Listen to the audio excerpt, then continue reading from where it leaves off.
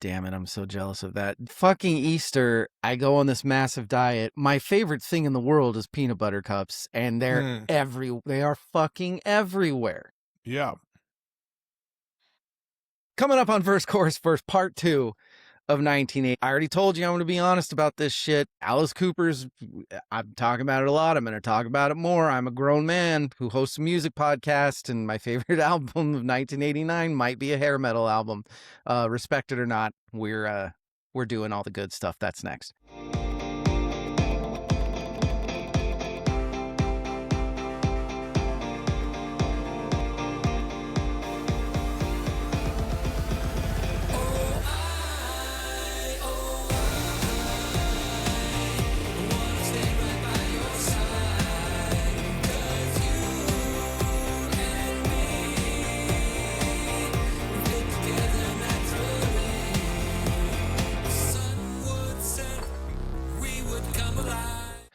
Hi, everybody. I'm DL, and with me is Evil, guy who gets to eat peanut butter cups because he works out enough. Jimmy, Evil, how are those peanut butter cups? They're delicious. I fucking bet. I bet you have no idea how delicious they are. I don't. Oh, I do. I have vivid memories of eating them, and now they're just laying everywhere, taunting me. I'm with you. Peanut butter and chocolate is my dietary Achilles heel. Doesn't get better. It doesn't get any better. It really doesn't. I have a hard time saying no to a chip, but peanut butter cups they are. Trader Joe's has these ketchup chips right now that are a severe problem for me. Ketchup chips. Yeah. I'm down with that. I remember I took a trip to Canada once when I was younger, and they had all these totally different potato chips that I was all like, dressed. Ew, gross. Oh my God. And then you taste them like pickle, and you're like, holy fuck, these are good.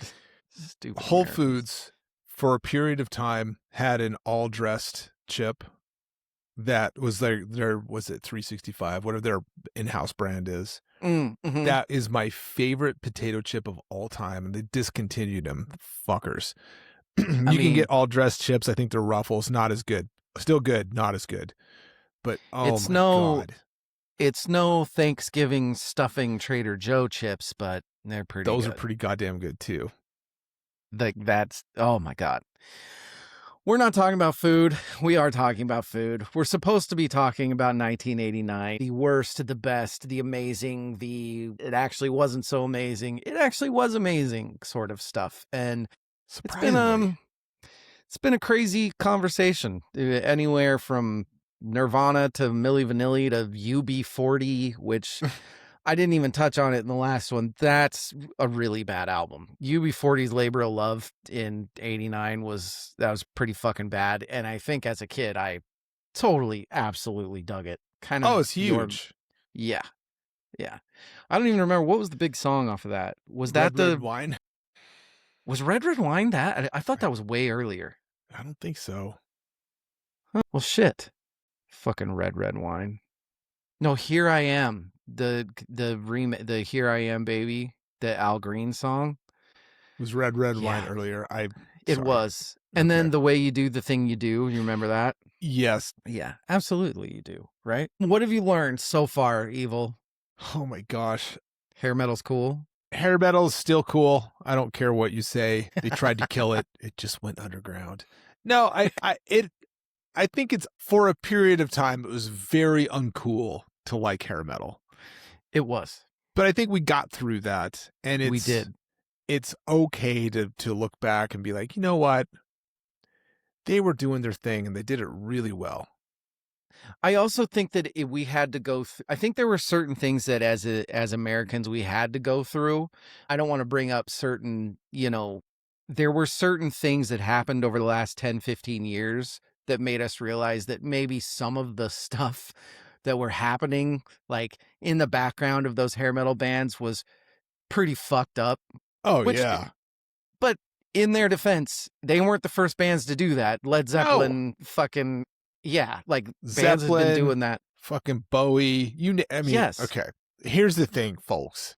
If you have a favorite artist musically, they've probably done some very Done bad shit something at fucking some terrible. point. At some point.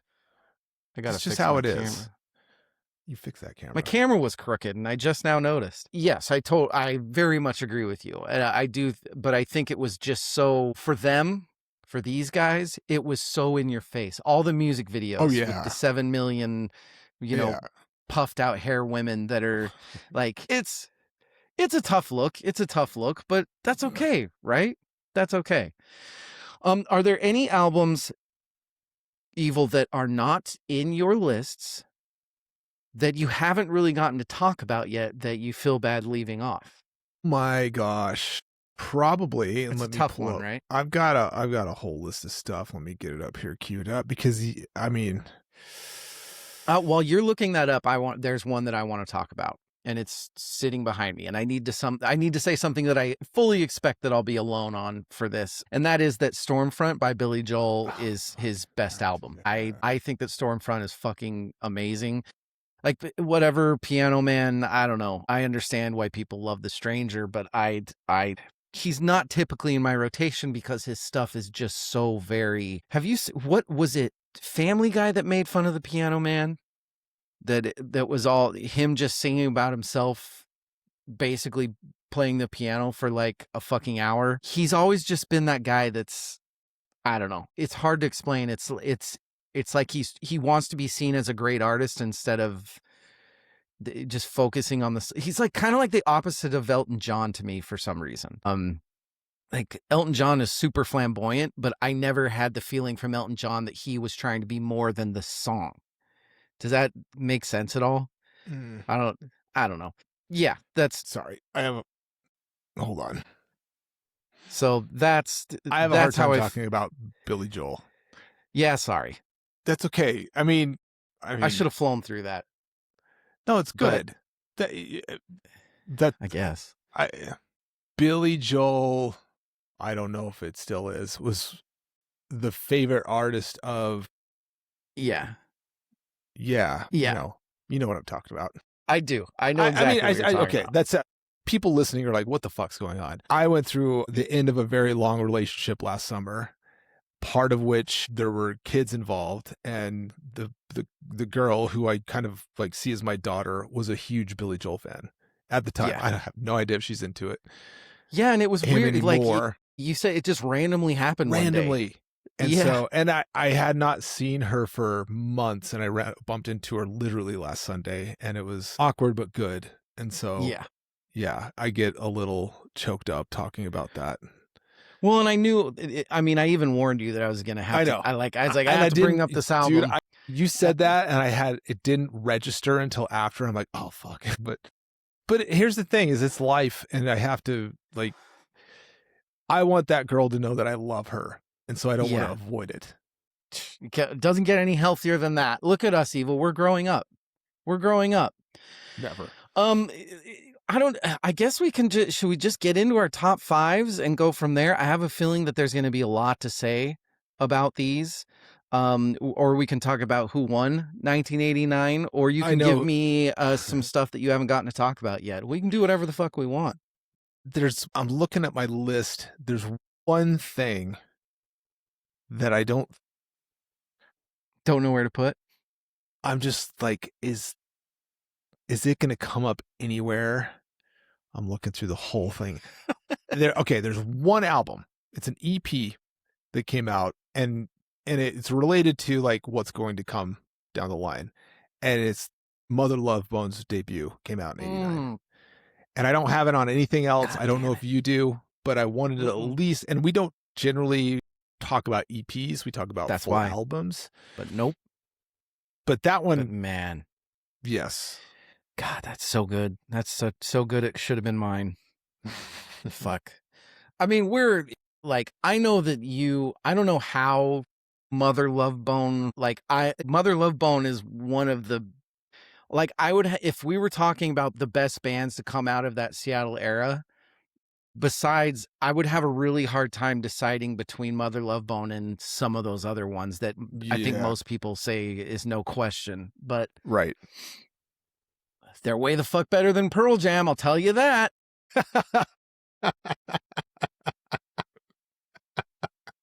just gonna keep pissing people off. I think we're okay with it. No, I that's a like good that one. you're the way you are. Why are you the way that you are? I don't care. I enjoy it. Let's go to our favorites, shall we? Let's go to. I'll start. I'll go number But 5. but who won it? Who won 89? Or do we Oh want to shit! save I'm that sorry. No, for no, no. after? I think we could do. Yeah, maybe we do it after. I don't care. I feel like for this episode we do it after our Let's top do it fives. after. Let's do it after. Let's do it after. Let's do favorite albums. So this is, everybody, our top 5 favorite, not best, favorite albums. Our individual favorite albums. And I will start with my number 5. I was a good boy. I stuck with 5. Round of applause. I might not have done that for the songs. That's okay. But my number 5 is Pump by Aerosmith. Love in an Elevator. Fucking Janie's Got a Gun. Oh, man. Monster tracks. What's the one right after Janie's Got a Gun? To Other Side. Take Me to the Other Side. Take Me to the Other Side. Yeah. That's like a good Pump, album, man. It's got that enjoyable little kind of like hair metal cheese stuff, but it's so bluesy too. And then Janie's Got a Gun just comes out of fucking left field with a Fincher video and about you know, the things that Janie's Got a Gun is about. And for some reason it fucking works. Like it doesn't make any sense. I think what Joe Perry is doing on Pump, like with the bluesy guitar he's playing, I don't think he gets talked enough. I think the riffs are fucking amazing. I've got an alternate universe question for you. Ooh, I love it. Do you think Janie from Janie's Got a Gun and Jeremy from Pearl Jam's 10, in a future alternate universe, they got together and just had a normal life together? Isn't that a lovely thought? That's a lovely thought. I like it. I want to guess on yours. Can I guess every time before you do it? Yeah, sure. I have your list. I want to see how right I am or how wrong I am. Well, my list is fucked up because I have 2 top 5 lists for albums and songs. Okay, well then I'm still going to throw it out there and you're going to tell me if it's even on the radar. And then you're going to give your 5s. Okay. Does that work? Yeah. For your number 5, I guessed Dirty Rotten Filthy Stinking Rich by Warrant. It's not 5. Okay. So because of how impactful this year was for me musically, it's in the then versus now. The then was really important at the time. Okay, good. So I felt like I couldn't just glaze over, oh yeah, I like this then, but now I'm really into this. Also, I'm not super into really any of the albums from this year today. I'm more of I like this like singles from the albums. And that's because of what I was at the time. I wasn't like, I listened to this album. It's like, it's the hits from those albums. I think you're right. So that's why I did it the way I did. It's difficult. I have 5 albums that I think are important to me today, and I don't even have them ranked. But then I have 5 albums from then that I have ranked, and largely because of my favorite songs on the albums. That's good. confusing, but I'm gonna no, it's do not. It anyway. That's fantastic. How do you want me to do it? Do you want me to? How do you want me to do this? Give it in a do the second one. Do the important one. Do the one that's more about you last. You know what I mean? More about me today or more about me then? Yeah, more about you today. I'll do that at the end. Kind of like then I grew into this kind of thing. I'm going to give just 5 albums that I think are important to me today, unranked. Perfect. Okay. So let's do my top 5 from back then. Okay. And this also bleeds over into songs, because honestly, the songs from these albums would have been the top 5, but that's not interesting. Yes, I got you. So when I do end of year stuff, I'll often give my top 5 albums with the same caveat. Like the songs from these albums would be on my top 5 songs list, but that's not interesting for you guys. So here's another top 5 songs list. I'm going to do the same thing here. So number 5, Jimmy Then. Let's call him Jim, because I think I went by Jim back then because I thought that was more adult. Young Jim.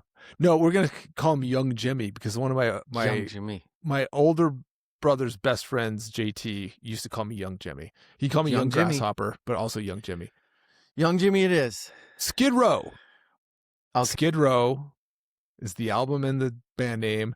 And the song, my favorite song was Youth Gone Wild on that. Okay. That was my Yeah. number 5. That's good. That's better than Warrant. Well, let me tell you something. What about number 4? Number 4, and this is of the time, mind you, foreshadowing. Motley Crue, album Dr. Feelgood, song Dr. Feelgood. Okay. All right. That's important. So far, no big surprises. No, Brand, Yeah. what's your number 4? Because you gave a 5. Are we going back and forth on these? Yeah, we'll go back and forth. My number 4, and everybody who listens to this podcast knew it was going to be on here. It's Pretty Hate Machine by Nine Inch Nails. It's Trent Reznor alone in a studio, working nights as a janitor and then writing one of the best industrial rock albums ever in his spare time. Yeah, he's just no fucking label, no fucking band. One guy in Cleveland, kind of changing the world, and we didn't even know it yet. I just love how what I was realizing studying for this is how like wrong this feels for 1989. Like it does not feel like a 1989 album. Like maybe the 80s, but not this fucking year. Not what anything else was coming out. Fucking Trent, you guys, fucking Trent, MG. My guess for you, your number 4 was gonna be Dr. Feelgood. It really was. Ding, ding, ding. Ding, ding, ding. I'll do my number 3. Okay. My number 3. I will. No, my number 3 is wrong because I went out of left field on number 3. For you, I guess Louder Than Love. I thought you're gonna do like a sneaky one to keep your respect, but I like that you don't give a fuck about that. Motherfucker, we didn't even do the most important part of the night. What are we drinking? Oh, I think are we doing the same exact thing? Yeah. I mixed a double, so yeah. Let the people know what you're still drinking because yours is actually interesting. I was going to just pour a whiskey because I'm lazy, but I'm like, I can't be lazy. So, and what I was going to pour is Ardbeg 10. So I had that out. I'm like, let's do something with this that's actually interesting. So I made a Rusty Nail, Ardbeg 10, 2 ounces, 1 ounce Drambuie. I made double. So I had one for each episode. So I'm drinking the second half of that mix. It's really good. What did you say that it tasted like? A campfire. A sweet campfire. I love that. That's awesome. I'm still drinking vodka soda. It's a lot of vodka soda, but it's Saturday. I've got nowhere to be. Okay. And there aren't that many calories, so I get to still feel good about myself.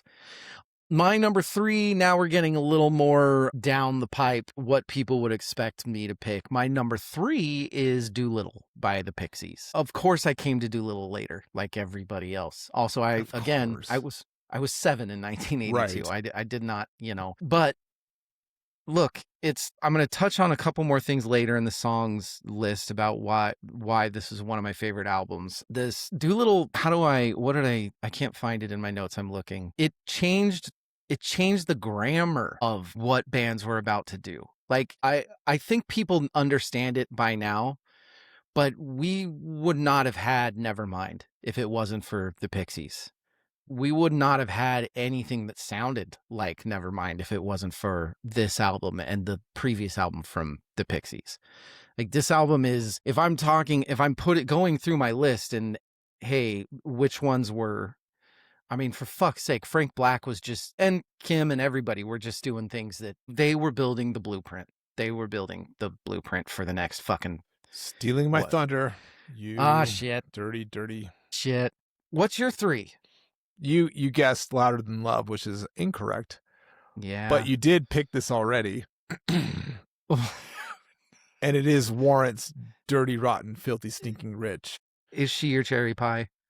God damn it. I think that this fucking band got a really bad rap for a song that they didn't even want to write, which is Cherry Pie. And I made that joke on purpose because that song's not even on this album, and I knew it was going to piss you off so bad. And also, it starts with the same, intro to the title track to this album. which is Yeah. interesting. I wanted to put this on my today top 10 or top 5. I really Okay. wanted to. I didn't. Spoiler. I didn't put anything on my then top 5 on my today top 5 on purpose. But I really wanted to because I love this album. It's just Fun. man, like in the stick. I grew up on a fucking ranch out in Yeah. where I could hear crickets at night and smell mint fields. Like in the Uh, sticks, I That sounds feel it in nice. my bones. Like What like Down Boys. Oh my god. Yeah, where that do was they go, Evil? That's where they go. Okay. I just want to know. That's all. What about your number 2? Let me I want to guess. Number 2. What So for number 2, I had guessed that yours would be the self-titled Skid Row album. Which I had at 5. So Yeah. But you're wrong. it's, yeah, whatever. You should have had it higher. You're pretty on brand for me. Fucking Sebastian Bach. And I keep saying Bach like, Hill and Sabo, or is it Sabo or Sabo? David Sabo? Sabo? I don't one of those. The guitar's great. Dude, they have chops. Yeah. They have chops. They're good. It's my number 5. It's a great album. But my number 2 album is not them. It's an even better guitar player. His name is Vito Bratta, and the album is White Lion's Big Game. Little Fighter okay. on that album was my MMA walkout song at the time. Okay. Love Fucking, this is why I love Vito Bratta, is that song. That's great. And I think that I've expanded into my love of Vito and what, but that was that fucking album, man. I had a hard time not making it my number 1 of the time, but there's another one that eclipses it. But yeah, it's White Lion's Big Game is my number 2. The favorite song that made it my number 2 is Little Fighter. Okay. All right. Yeah, mine's better, Evil. And I think this just proves that I actually rock harder than you, because my number 2 favorite album of this year is Dr. Feelgood. September, it fucking goes to number 1, 5 fucking hit singles. Dr. Feelgood to me is by far Motley Crue's best album. Fucking Bob Rock, who went on to produce Black by Metallica, just 2 years later. And honestly, this, I kind of feel like this paved the way a little bit for that sort of stuff. Like the bass, what they're doing with the bass on the production and the drums, Tommy Lee just fucking breaking the shit out of a snare.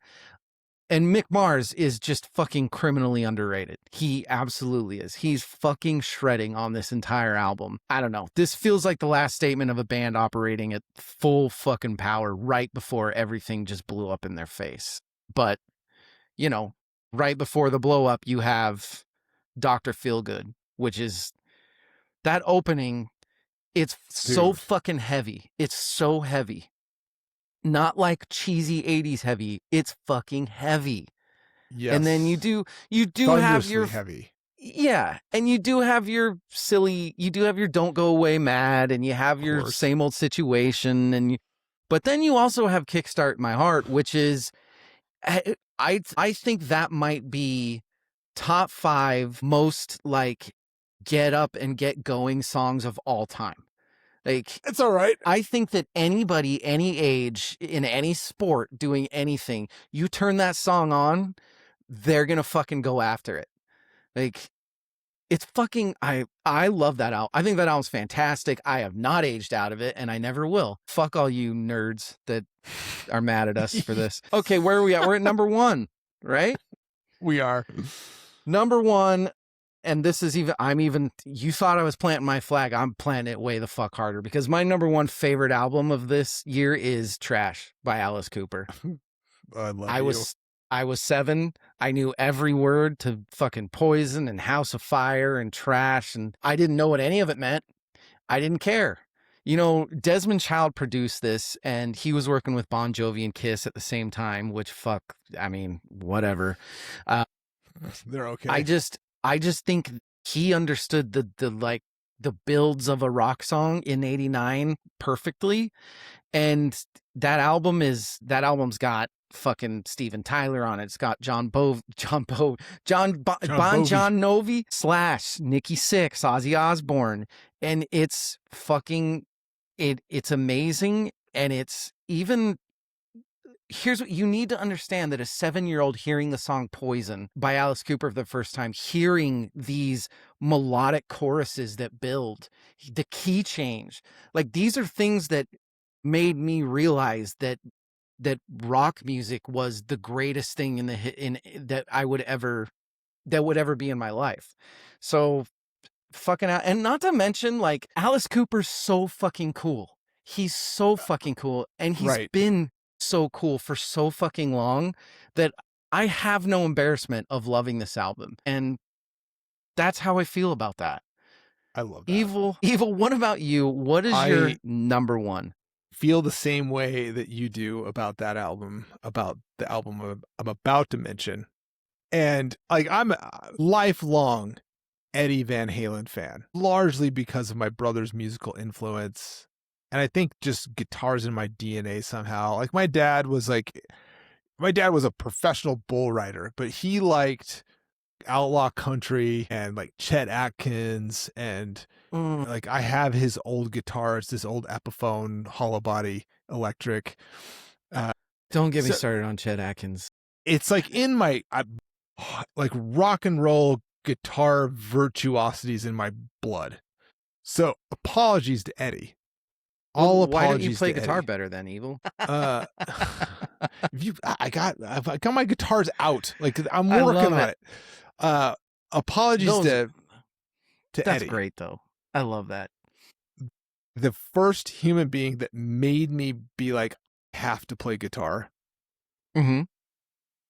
is this guy. It's I not know what it Stevie. is. Okay. You know what it is. No, It's I know what it is. So my number one album, then, this is me then, Wow. is Extreme's debut album, Extreme, where That- Nuno put a fucking clinic on. And here's the thing, and we haven't mentioned this yet, my gateway drug into this, you mentioned Wayne's World, but it's Bill and Ted's Excellent Adventure. Yeah. They had Play yeah. With Me on that soundtrack, which is a fucking great, I love both soundtracks to their first two movies. Uh-huh. This one's more like rock. The next one's more metal. Bill and Ted's Bogus Journey was more metal. It has like, Pantera and Megadeth on it. This one had Extremes, Play With Me. Oh my God. It was like my mind just blew up when I heard this album. And I had on tape. I would steal my brother's cassette tape of Extreme and listen to it over and over. Song, pick any of it. Mother Don't Want to Go to School Today, Play With Me, Teacher's Pet. These are all fucking Van Halen clinics. songs? They're clinics. They are, but they're not. I mean, like, Nuno has his I'm own kidding. thing. I mean, it is. He absolutely does. Yeah. Dude, because this wasn't huge back then. not Like, at how all. did you find Not it? at all. Were you like your brother or something? It literally was like, let's go see Bill and Ted's Excellent Adventure. Oh my God, during the fucking Napoleon running around being an idiot scene, this song is playing. What the fuck is this? Oh, this is on the soundtrack. Buy the soundtrack. This band is called Extreme. Let's buy their album. And then this happened. And that's what got me into Extreme, Nuno, and literally guitar playing. Love it. It's like maybe one of the most musically important. I don't think it's their best album. It's not my favorite Extreme album. They did stuff later that I really enjoy. Musically, maybe one of the most important albums for me ever. I love that. And it had totally forgotten.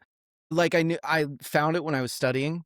I had totally forgotten that the Extreme self-titled, that's obviously like, how did I not put that in there? That's really dumb, because Nuno is his god. Yeah. Which is very understandable. That guy's okay at guitar. He's okay. I have 5 albums that are me today, looking back in 89, that I think are important. Before you do that, I have my listener question of the night. Let's do it. My listener question of the night. I just told you guys my favorite album of 1999 is Alice Cooper's Trash. So, what is the most honest answer in your personal top 5 albums of all time? I don't want to hear Nevermind. I don't want to hear the weird Pavement album. I want fucking obscure, embarrassing, random, some fucking Amy Grant thing. Like, that's what I want. So, I want to hear yours. I want you to embarrass yourself. Put it on social, put it on YouTube. Let's do it. I The did it. weird, Now you do it. the weird Pavement album. That is so funny. Because of what you sent to me earlier today. Yeah. My God, that's so funny. Yes, yeah. Evil, let's hear your 5 now. These are okay. This isn't a ranked list. This is just albums. Here, this is the difficult part for me in '89. Is I like in terms of just like pure like front to back albums. I have a hard time with all of them. Okay. Reconciling what do I see as the top 5 album, because all of what I listed before for my top 5 then are really based on just a couple of songs on those albums.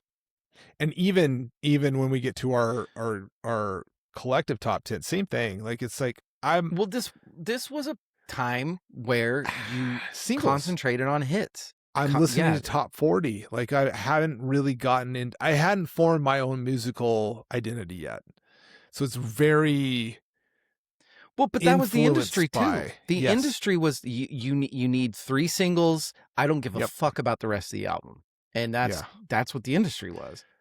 So, in retrospect, I picked these 5. No specific order, but I think this represents my current musical taste as broadly as possible. Let's hear it. Okay. Actually get the list up. This would be helpful. Because I'm a moron. We're not in a rush. I hate you. Hey, we're Surprise, 34 surprise. minutes in. We're doing just fine. There's a death metal album on the list. Now, I strategically picked a different album to argue with you over top 10. Okay. But on my list, it is Morbid Angel's Altars of Madness. Okay. I knew that was going to be a hard sell for you. We've talked about Morbid Angel, haven't we? Briefly, maybe. Oh, okay. I feel like you gave me a song or something like. I guess not. No. They're part of the Florida death metal scene. Like Yeah. Death put out an album before them, but they're like early. Maybe we just Florida. talked about them during the death stuff. I think maybe. Yeah. Yeah.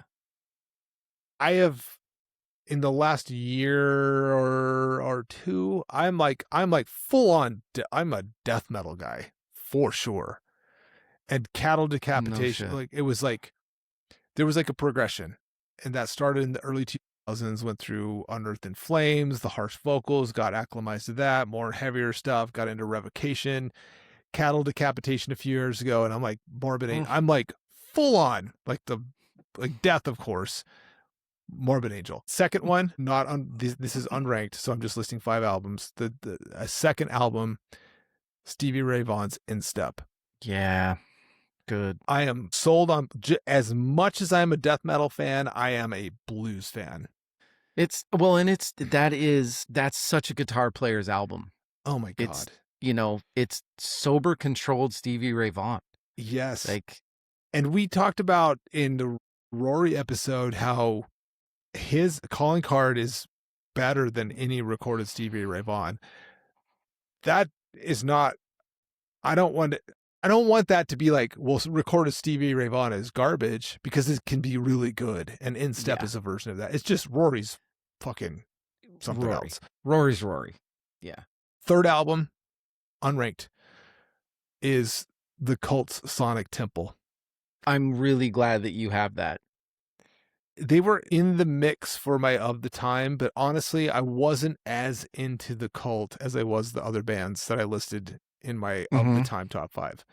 Today, I'm more into The Cult than most of those bands. I fucking love Sonic Temple.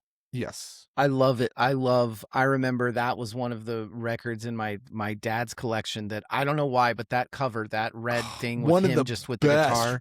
best, That like just most rocking guitar cover art of all time. yeah, so good. So fucking good. But yeah, I was just drawn to it. Like, well, Yeah. we got to play that, right? So good job, whoever designed that. My fourth, once again, unranked, fourth album on this list, NWA's Straight Outta Compton. We're going to talk Because about that later. it has to be on the list. Yes. And then my fifth album, once again, unranked. This isn't a number 1. It's not a number 5. I feel like I have to champion this band because they have aged so much better than the group that they were lumped into. Is Tesla's The Great Radio Controversy. God, And Tesla I came out with an album in 89? fucking love it. Wow. I like Tesla. I've always liked Tesla. That came out in Right? 89? Are you looking at the song list? I'm looking at the cover.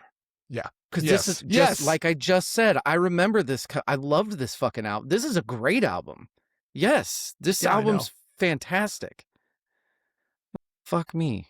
All right. Well, good job, Evil. In terms Tesla. of albums, those represent me today musically more so than the stuff that I was listening to at the time. I love Broadly. that. Perfect. Perfect. That is a perfect ending to the album shit. But now we have to get to the song shit. We have to do song, and we have to also do, as we talked about doing who won, but we also have to do theme song for the year because I have a something oh fuck! there. I think I completely skipped that. What We'll what get is to your it. what's your okay? We'll get to it. Get to it Do at you some want? point. We can do it now before. Do it now. What's Do your you have a theme before song? we get? But I don't. I completely missed it.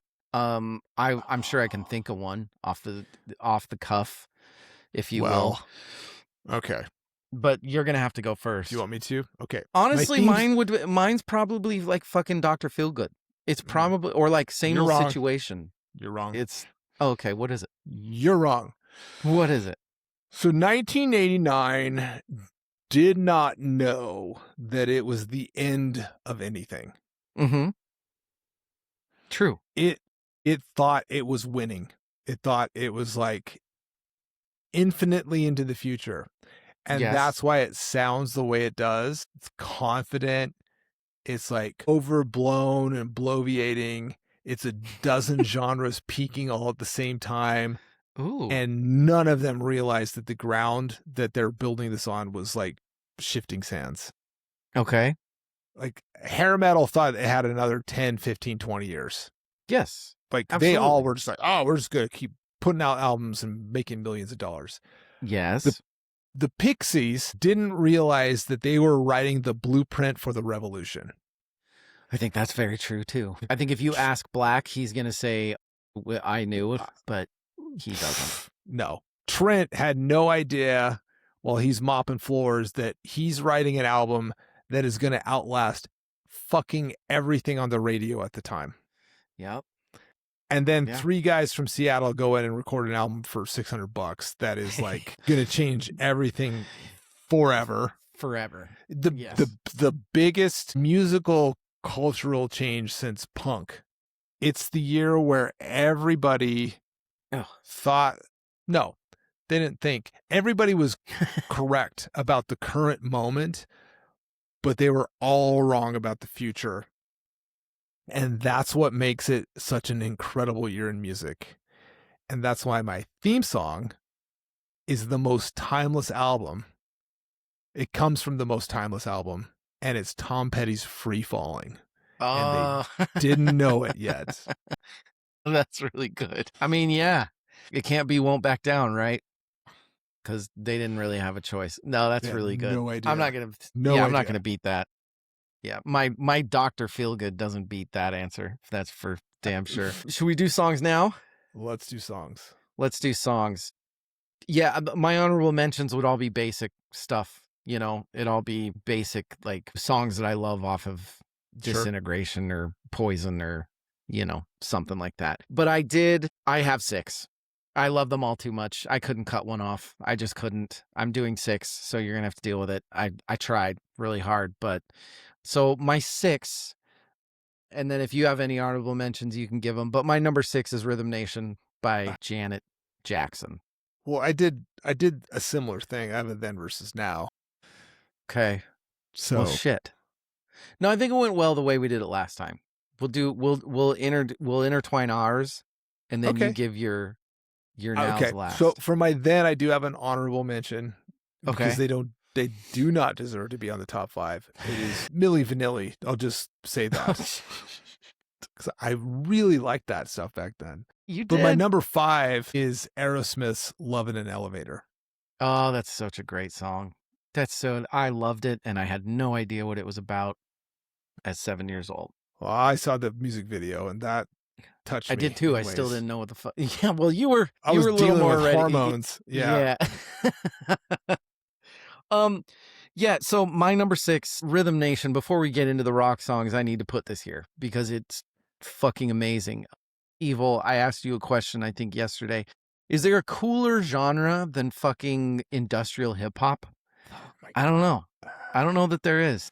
She was doing shit on this album too that Yeah. her brother himself would like start copying in Dangerous and stuff like that. Like Yeah. this album is so fucking uh, I have a lot to say like, about that album.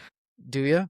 Yep. I just 1989, it's just on a completely different level than anything around her. R&B, rock, anything. She's producing, she's writing, she's choreographing.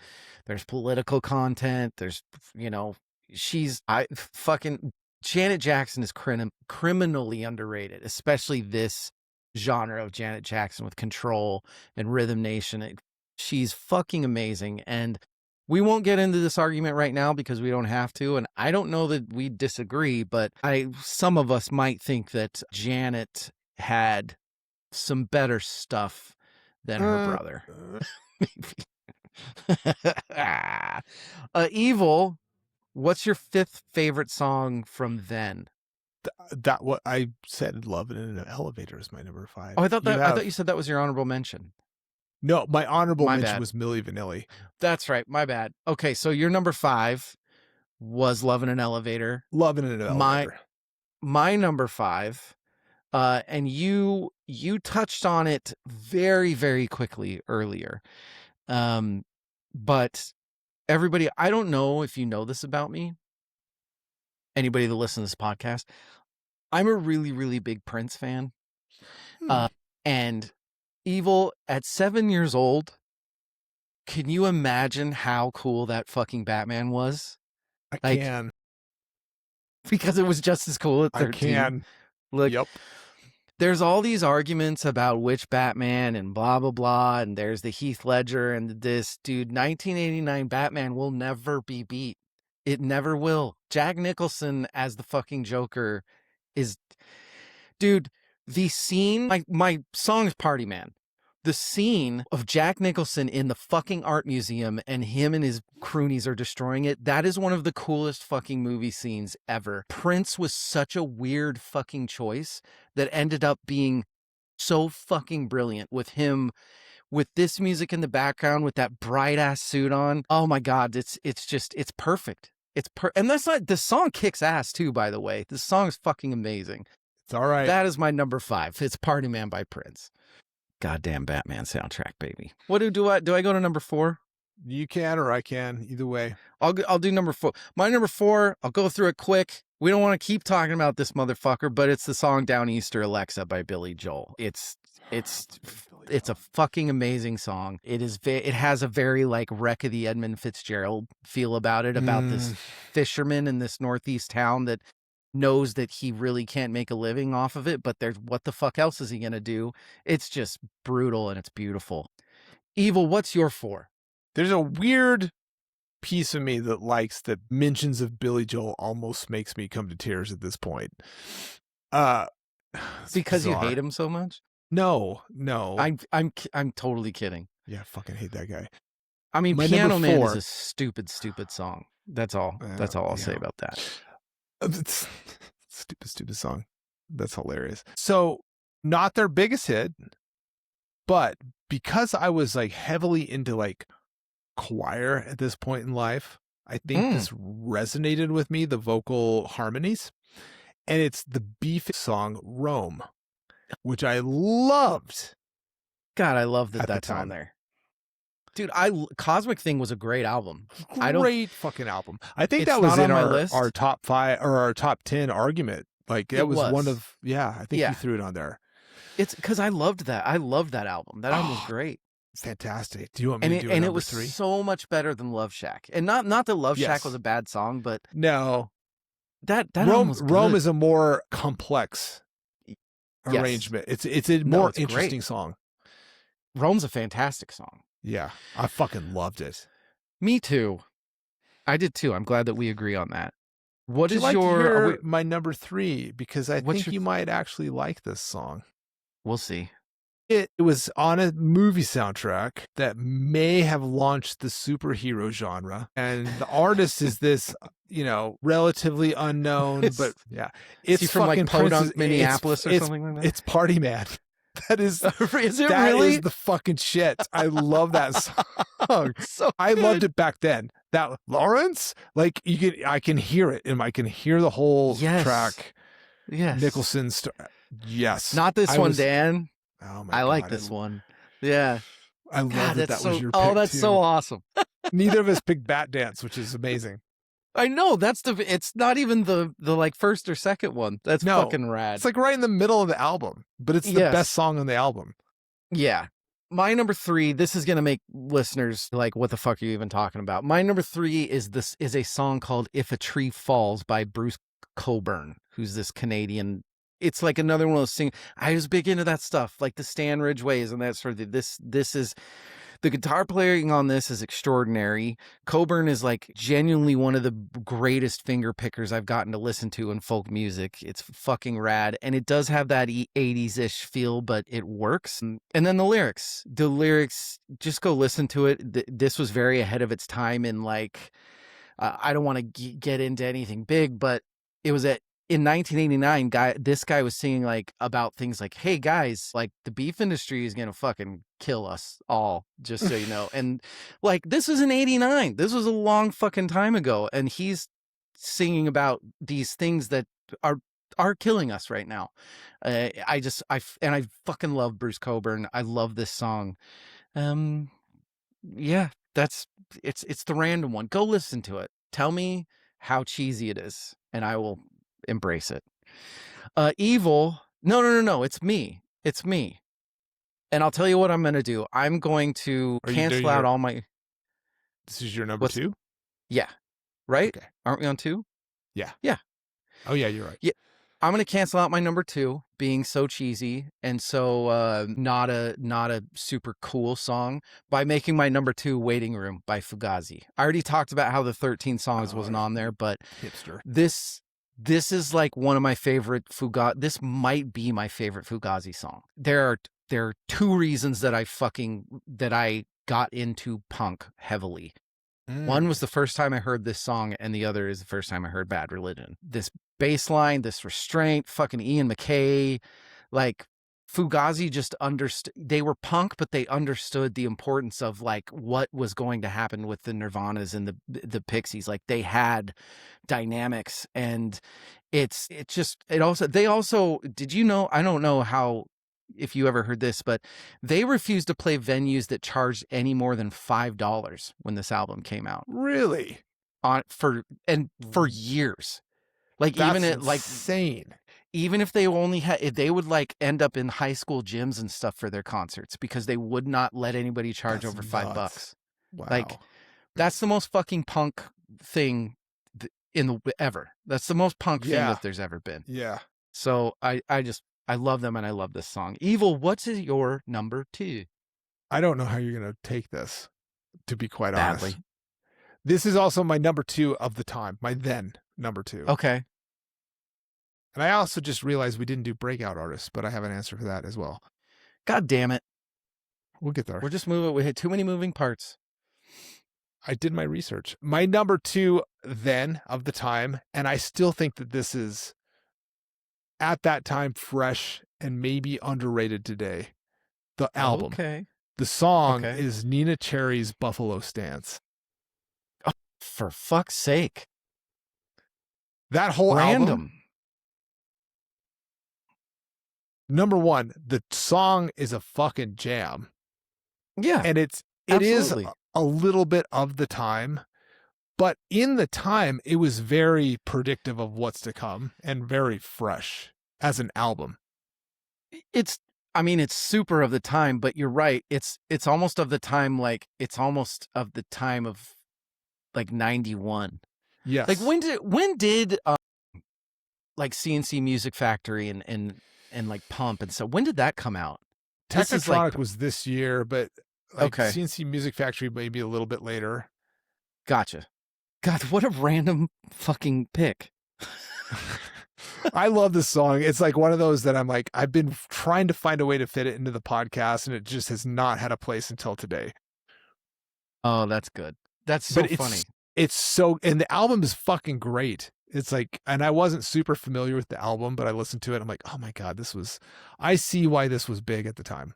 The whole thing. We gotta, we gotta enter. I gotta predispose a fucking edit for the Evil's Left Curve of the Night because that is a fucking left. That is a curveball, is what it is. What's your number one? My number one is it's probably gonna it's a surprise, but not a surprise. You'll hear it and you'll be like, oh, okay, that makes sense. And once again, this is and Okay, I owned this I had a cassette single of this. okay, It also made me realize we hadn't done the breakout artist because the breakout artist is somewhat related. all right. It is Young MC's Bust a Move, Oh fuck which yeah, that was 89. of My the God, time was fucking huge. yeah, and it was great too. Yeah. Fucking great. God, that was 80. God damn it. Dude, yeah, that came out I didn't even get to the like Tone Loc had an album. Once again, so my breakout artist, spoiler, is Tone Loc because that is the first hip hop album that reached #1 on the Billboard charts. Oh, that's so good. That's so good. I'm so glad. I can't believe that I missed. Like, yeah, Bust a Move was fucking. I remember just like last year, I turned that on in like a family event and everybody was just fucking Dude, going like crazy. bubblegum hip hop was huge this year. Like Yes. Rated G, top 40 hip hop. And then you have NWA, which broke, and Two Live Crew, which we haven't even talked about, and the censorship and stuff. There's so many narratives we didn't get to. Oh my God. Come on, fat boy, just bust a move. Right? No, God, I'm really glad that you found that because I did not at all. And I love Tone Loc. I really do. Yeah. Young MC. But my number one is a little bit, it's more down the lane, but I had to do it. My number one is one of my favorite songs of all time, not 89, all time. And it's Monkeys Gone to Heaven by the Pixies. It's 4 minutes long. It's Frank Black screaming about a hole in the ozone layer and you know, if man is 5, then the devil is 6 and God is 7 is one of the coolest fucking That's awesome. lines and he's just that brutal gut scream of God is 7. I just don't know how his song just hits me every single fucking time I hear it. And that's it. It's Monkey Gone to Heaven by the Pixies. It's a perfect fucking song. And that's how I feel about that. I love that. Do you want What are your my your top nows? 5, my now top 5? Huh? And these are I actually ranked these. I was able to like put some thought into ranking these. Number 5, and like I said previously, I feel like I need to advocate for these gentlemen much more strongly on the podcast moving forward. I think they have aged way better musically as the cadre that they were grouped into. And it's Tesla. And it is theirs. And I picked this because I was hoping that you were going to pick The Cure's Love Song as one of your top songs. It's not even one of my top songs on the album. Well, Yeah. okay, because I picked Tesla's Love Song Okay. just as a fun counterpoint. Also, it is such a well-written song. It is Awesome. I don't know. Playing that live would be so but much I believe fun. you. Number 4 is an NWA track, but it's not straight out of Compton. I picked this because it is both gangster rap and also pulls in some of like the fucking silly, whimsy bullshit that we're just talking about with like Bust a Move and Tone Loc and Biz Markie, which was of the time, and it's NWA's track Express Yourself. Oh yeah, that's fucking great. I love that song. Yeah, It's probably their most listened to song of theirs for me. it's it's awesome. It's fucking awesome. Number 3, Nine Inch Nails, Head Like a Hole. I mean, come on. Yeah. I knew you'd like that. Number 2, Fuck. and when I listed them in my top 5 albums of the time, I picked a different track because it was my favorite song of theirs then. But this is the one that has aged the best for me. It is Motley Crue's Kickstart My Heart. Yeah. That's good. It's as good as it gets. I just But don't that leaves my number 1. Any guesses? hit me. No, Any I'm guesses? too sorry. I'm so pissed that I didn't have Terrible Lie on my favorite song list because Terrible Lie absolutely is one of my favorite songs of all time by Nine Inch Nails, and I completely your Head Like a Hole made me realize. But this portion isn't about me. This portion is about Evil. Favorite song for now is it? No, I have no idea. I have no idea. I think it is the one song that from this year that I wish, if I was a musician, I would have wished I've written. Fuck the Police? No. No, that's a I good don't one. know. I don't know. It is we've talked about them. They have a great cover on their album. It's a little band called The Cult, and it is Firewoman. Okay. All right. One of the best rock choruses ever. That's such a good album.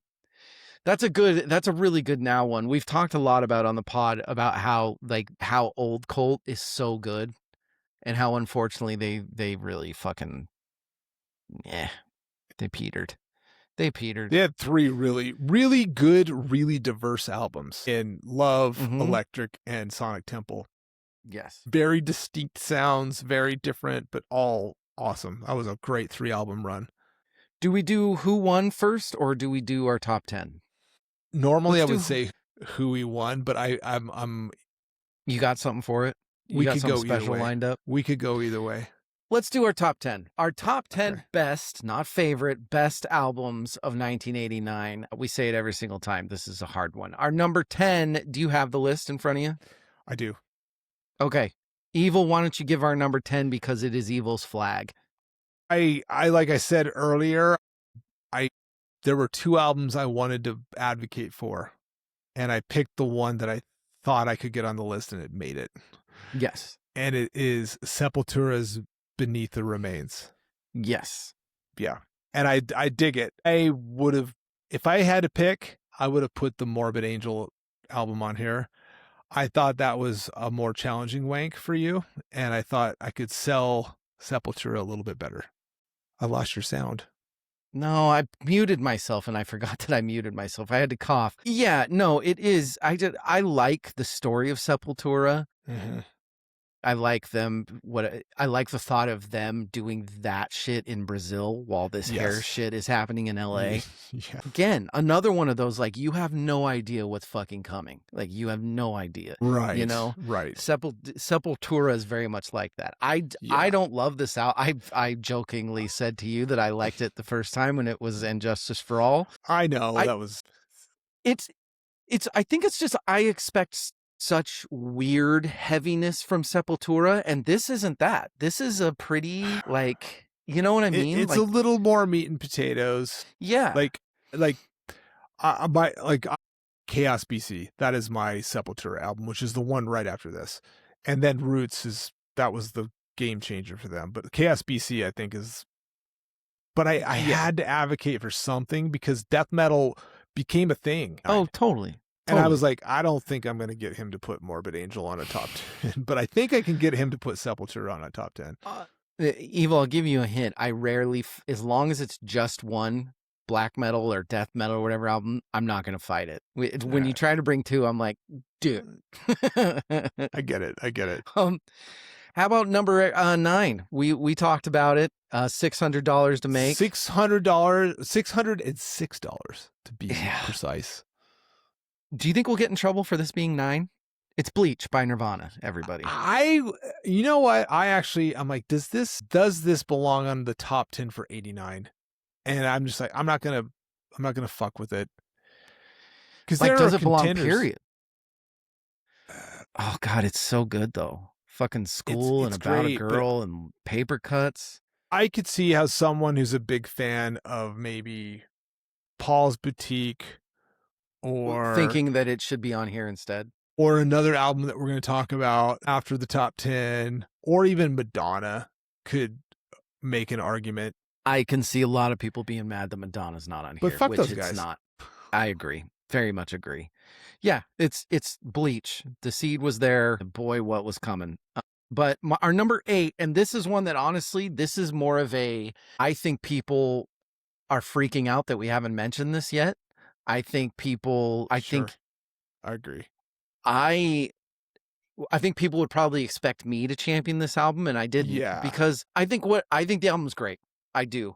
It's never really been my thing. It's very, I hold it in the same regard as like that Pavement stuff where, but Yeah. I do think I this is feel the better, same way. but, and I get that it did so much for like Brit rock.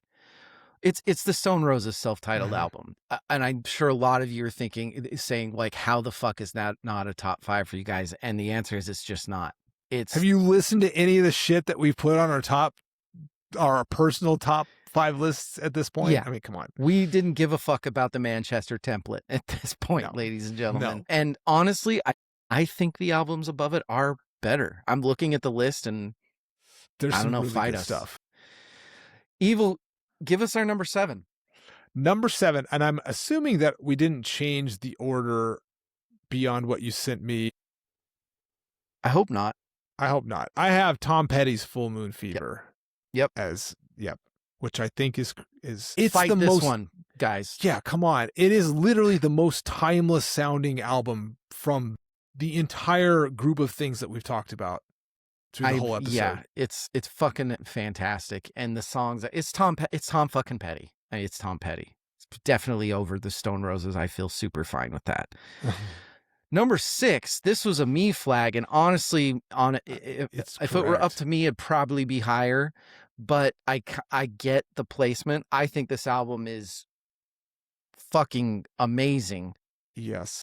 It is so creative, and it disappeared for streaming for 30 years, which made it this kind of like holy grail of, and it was hard to get their albums too. Yeah. So it did make them a little bit of this kind of like lost, perfect spot in time, amazing, way smarter than its time. Sort of, it's De La Soul. It's De La Soul's 3 Feet Mhm. High and Rising. Did you listen to that when you studied? Oh, fuck yes. I listened What to are it back then. It's fantastic. Did you? Oh, good. Oh, It's that makes me happy. it doesn't feel timeless like Tom Petty because It doesn't.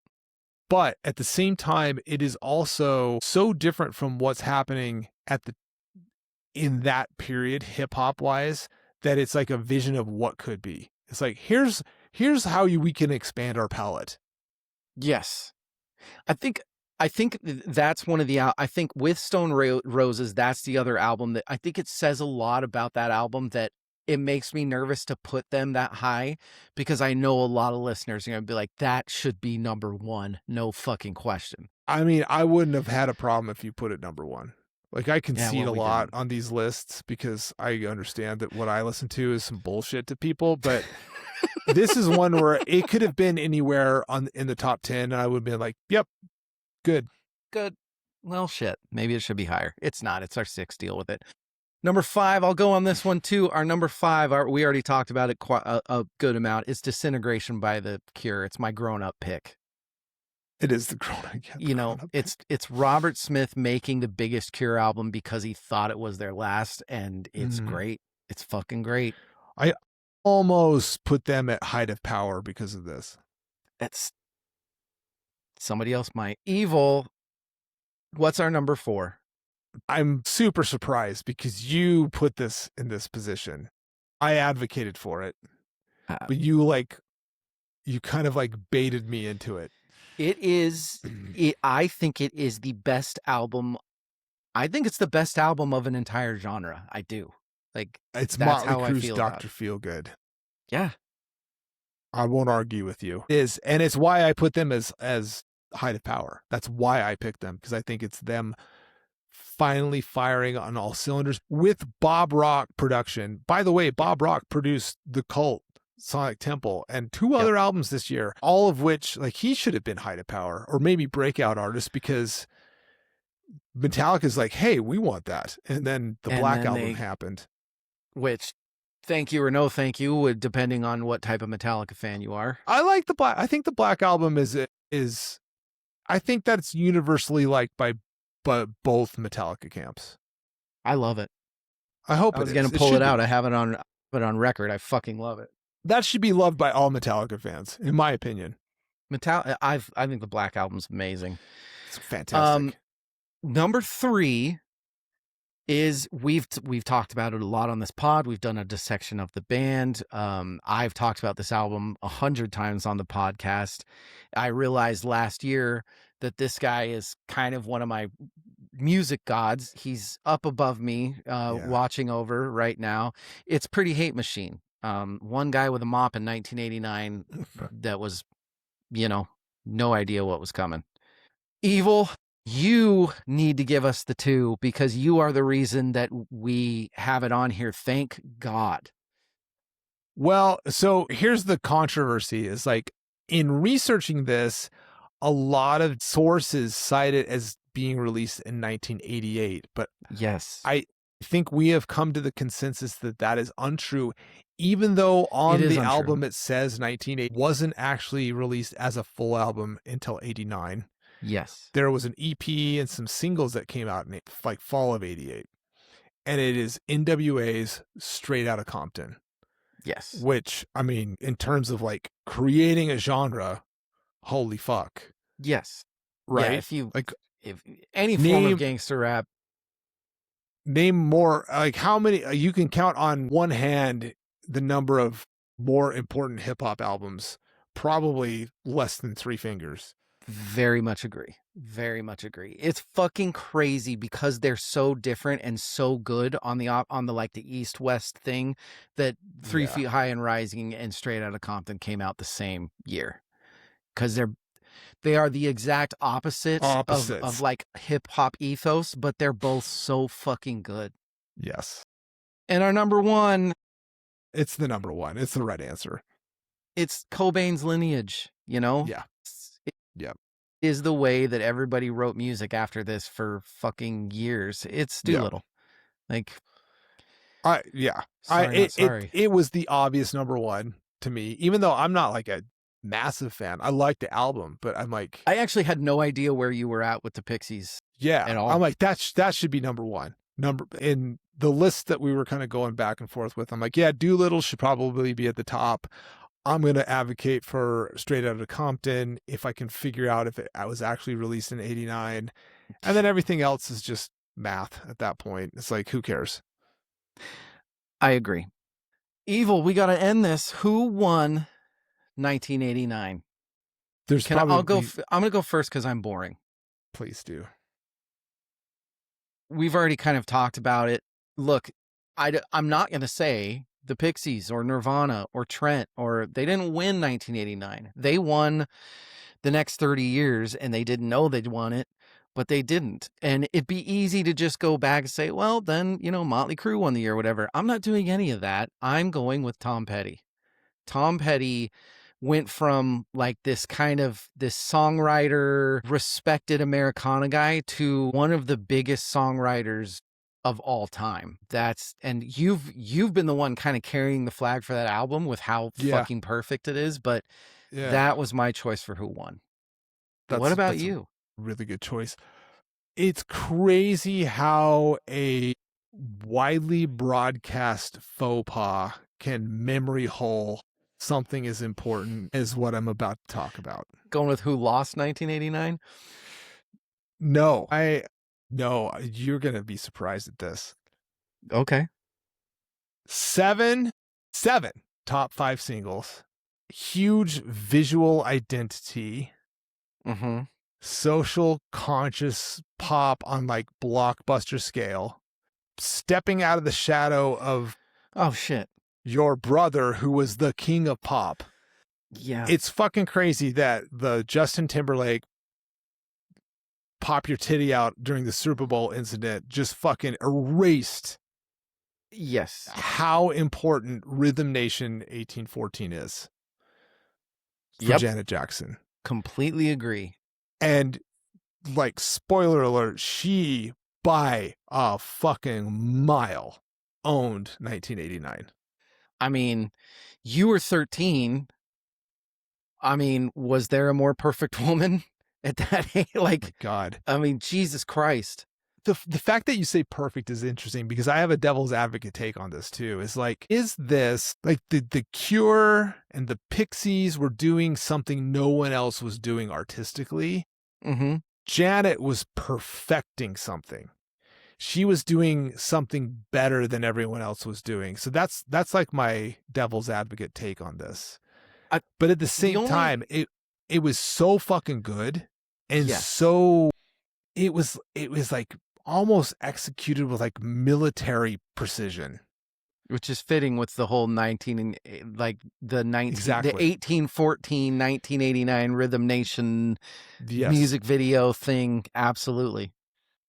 God. And I'm posing that kind of tongue in cheek a little bit because I think that she is without a doubt the artist who I love that unowned makes me so happy. 100%. And we didn't put her in the top 10. And I'm We like, didn't. last night I'm That like, whole I album texted you. it's not a it's that album as an entire album is not it's not amazing. It's like half of it's awesome, and then you have the songs that are like, this is filler. Yeah, a little bit. That's how But I feel. as a cultural phenomenon, I mean, that was her year, 100%. Totally. Without it, I You're mean, right. nothing's even close. For those of you that are not regular listeners, came in to hear a bit about 1989. We did a whole episode on fucking Nipplegate. Go listen to that. And it's Right. basically us just saying everybody is a fucking moron because Janet Jackson was amazing and deserved to keep Yes. being amazing. And I'm not sure how Justin Timberlake didn't He's get still in any trouble for it. Or like, that is a fucking goddamn. That is my. I was furious when all of this sort of like last night. Is I texted you. I'm like, are we making a mistake not putting her in the top 10, if not at the like in top 3? Yes. And yeah, I think maybe, but we're rolling with what we had, and I had this whole thing that I'm glad we ended with it because she owned it for sure. That's actually a perfect. I'm very happy with ending it like that because she wasn't on our 10, and I'm always for Janet Jackson love. Oh boy, 1989. That's just too much. It's too much. Roller coaster. This was like the most cathartic year in review episodes that for me. Yeah. And that's including 94, which I'm like still like over the moon for. 89 this was something had else. This was everything. like a therapeutic thing for me. 89 had fucking everything. It had everything. I said at the top of the episode that I was going to be honest about my fucking list. I had trash at my number 1. I'm not changing it. 7-year-old me is really proud. 7-year-old me is proud of me except for me drinking fucking vodka soda. 7-year-old me would be like, dude, what? Like, just fucking grow a pair. Eat some calories, you idiot. Evil. This was fun. It was very fun. Yeah. VerseCourseVerse.com at VerseCourseVersePod. Go tell a couple friends. Tell a couple friends. Go listen to some Motley Crue. Come back. Listen to this. Have some fun. We love you guys. Good night and good luck. Goddamn.